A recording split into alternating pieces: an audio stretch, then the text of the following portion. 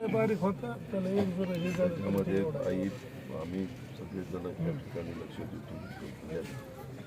तुम्हाला तर सगळ्यात जास्त दुःख झालेलं काही तुमचं पण मला समजतंय, परंतु आणि राज्याचे उपमुख्यमंत्री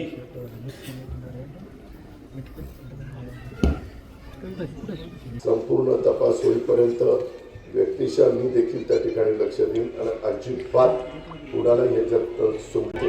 धन्यवाद.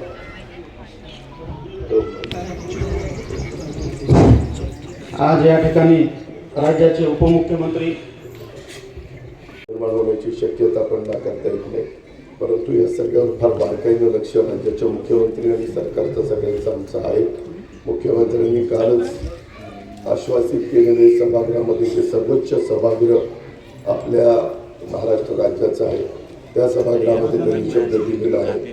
आमच्या सगळ्यांच्या चर्चेचा शब्द दिलेला आहे की कुठल्याही परिस्थितीमध्ये त्याच्या दोन प्रकारच्या आम्ही चौकशा करतो.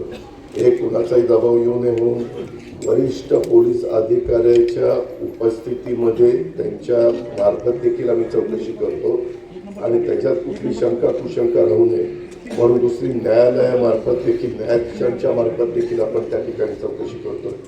अशा पद्धतीनं चौकशी होत असताना कुठेही त्याच्यामध्ये त्रुटी राहणार नाही याबद्दलची खबरदारी ही राज्य सरकारच्याकडनं निश्चितपणे गावकऱ्यांना त्या ठिकाणी घेतली जाईल हे मी आपल्याला सगळ्यांना आश्वासित करू इच्छितो.